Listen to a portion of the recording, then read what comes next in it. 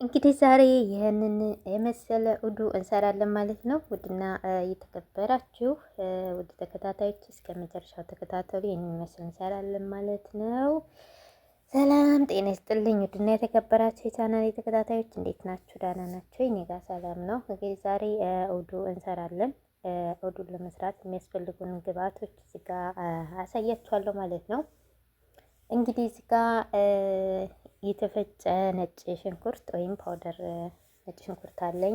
እንዲሁም ዝንጅብል፣ እዚህ ጋር ደግሞ ስድር ድጃጅ ወይም መላላጫ ዶሮ ማለት ነው። የዶሮ መላላጫ ማለት ነው። ከዛ በመቀጠል እዚህ ጋር ሶሱ አለን ማለት ነው። እንግዲህ እንደምትመለከቱት ማለት ነው። እነዚህን እንግዲህ እናደርግና ዶሮ ላይ አድርገን ለአንድ ሰዓት ለሁለት ሰዓት እናስቀምጠዋለን ማለት ነው። ለምን ዶሮዋ በደንብ ከእንትኑ ጋር እንድትዋሃድ ማለት ነው። እንግዲህ እዚህ ጋር ነጭ ሽንኩርት ፓውደር ነጭ ሽንኩርት እዚህ ጋር አድርገናል። ቀጥለን ደግሞ ትንሽዬ ዘንጀቢል እንደዚህ ዘንጀቢል እናደርግበታለን። ከዛ በመቀጠል ይሄን ድብሱን ነው የምናደርገው ማለት ነው። ቁንዶ በርበሬም የተወሰነ ጣል አደርግበታለሁ እኔ ማለት ነው። እንግዲህ የሁላችንም አሰራር የተለያየ ነው። ነገር ግን ያው ሁሉም ሰው እንደሚመቸው እንደሚፈልገው እንደ ፍላጎት ነው የሚሰራው ማለት ነው። እኔም እንደዛ ነው የምሰራው። እንደዛ ስለሆነ የሚመቻቸው ለዛ ነው ውዶቼ። እንግዲህ ትረዱኛላችሁ እያስባለሁኝ። እዚህ ጋር እንግዲህ ድብሱን እያደረግንበት ነው። እንደዚህ በደንብ እሱን ካደረግን በኋላ በደንብ እናቀላቅለው እናሸውና ከዛ ለአንድ ሰዓት እናስቀምጠዋል። እኔ ለአንድ ሰዓት ነው የማስቀምጠው። ኦሬዲ ቶሎ መስራት ስለምፈልግ ለሁለት ሰዓት ማስቀመጥ ትችላላችሁ። በደንብ ዶሮዋ እንትን እንድትል ማለት ነው።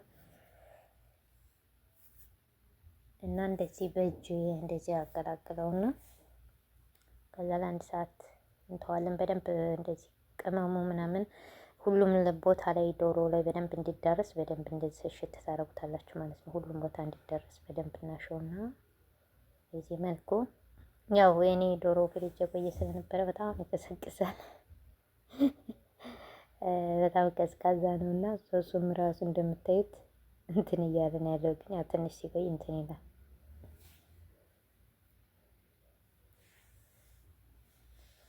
እና እንግዲህ እንደዚህ አድርገን እናስቀምጠዋለን ማለት ነው። ለ30 ደቂቃ፣ ለአንድ ሰዓት፣ ለሁለት ሰዓት እንደ ፍላጎታችሁ ማስቀመጥ ትችላላችሁ።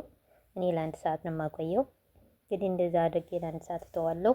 እሱ እስከ እሱን ትቼው አሁን ሽንኩርቴን፣ ባሮ፣ ቃሪያ ምናምን እንቆራርጣለን ማለት ነው።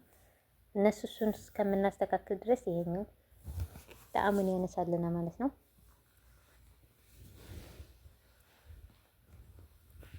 እና እንግዲህ እንደዚህ አድርገን በደንብ እንትን ብለነው ሽታ አድርገነው ዶሮዋን እንደዚህ እናስቀምጣታለን። ከዛ እዚህ ጋር እንግዲህ እንደምታዩት ቆራርጬ አዘገጃጅቼ ዶሮአችንም ከቆይታ በኋላ ይችን መስላለች ማለት ነው። ከአንድ ሰዓት በኋላ ተመልሰናል።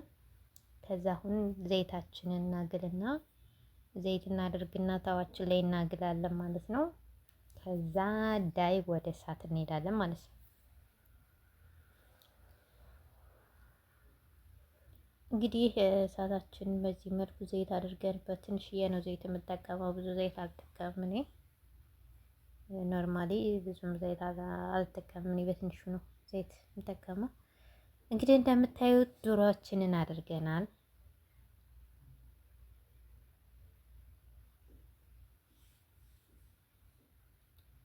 ዶሮአችንን እንግዲህ በዚህ መልኩ አድርገናል ማለት ነው።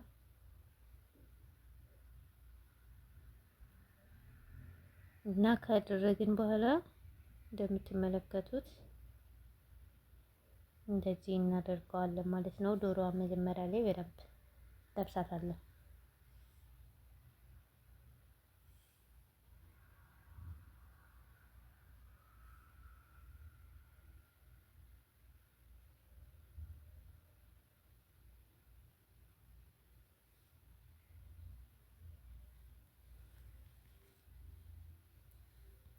እንግዲህ ዶሯችን በዚህ መልኩ እየጠበስነው ነው ማለት ነው እንደምትመለከቱት።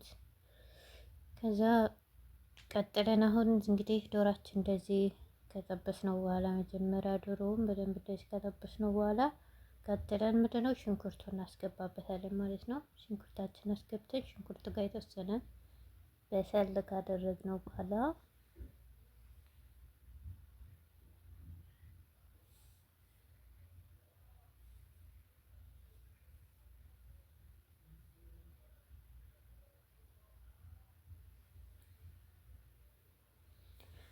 እንግዲህ ሽንኩርታችን እንደዚህ አብረን ሽንኩርቱ ጋር እንደዚህ አብረን ትንሽ እሳት እንዲመታው እናደርገዋለን ማለት ነው ውዶቼ።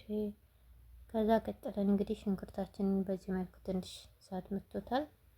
ከዛ በቀጠር ባሮ ቃሪያ እናስገባለን ማለት ነው። ወይም ደግሞ የማያቃጥለውን ቃሪያ ማለት ነው።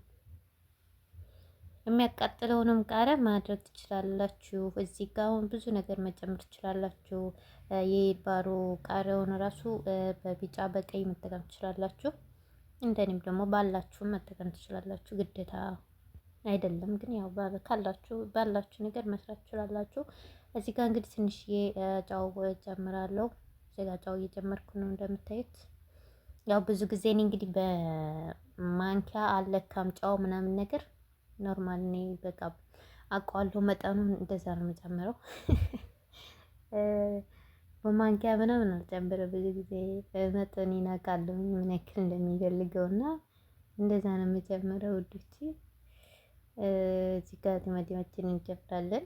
እንግዲህ ሽንኩርታችንና ቃሪያው ትንሽ ካለ በኋላ ከዛ እዚህ ጋር ምን እንጨምራለን? ቲማቲማችንን እንጨምርና እኔ እንግዲህ ሁሉንም ሸራይህ ነው የቆረጥኩት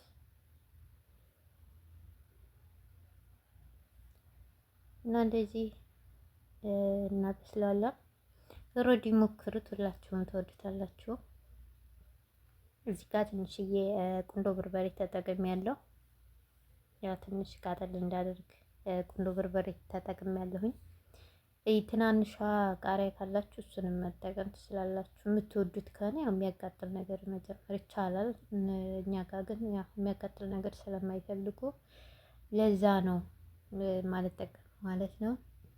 እንግዲህ ውዶቼ በዚህ መልኩ ጨርሰን ሰርተናል። በስሎ በዚህ መልኩ ወጥቷል።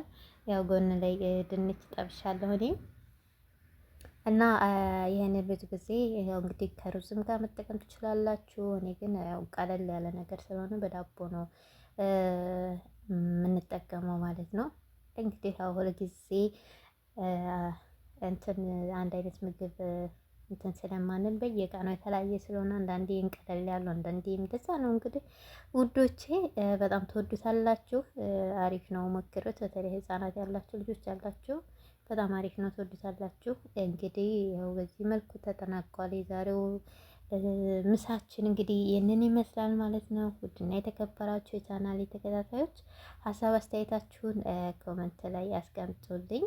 እንግዲህ በሌላ ቪዲዮ እስከምንገናኝ ድረስ መልካም ጊዜ መልካም ቆይታ ይሁንላችሁ። ለነበረን ቆይታ በጣም ነው የማመሰግነው። ባይ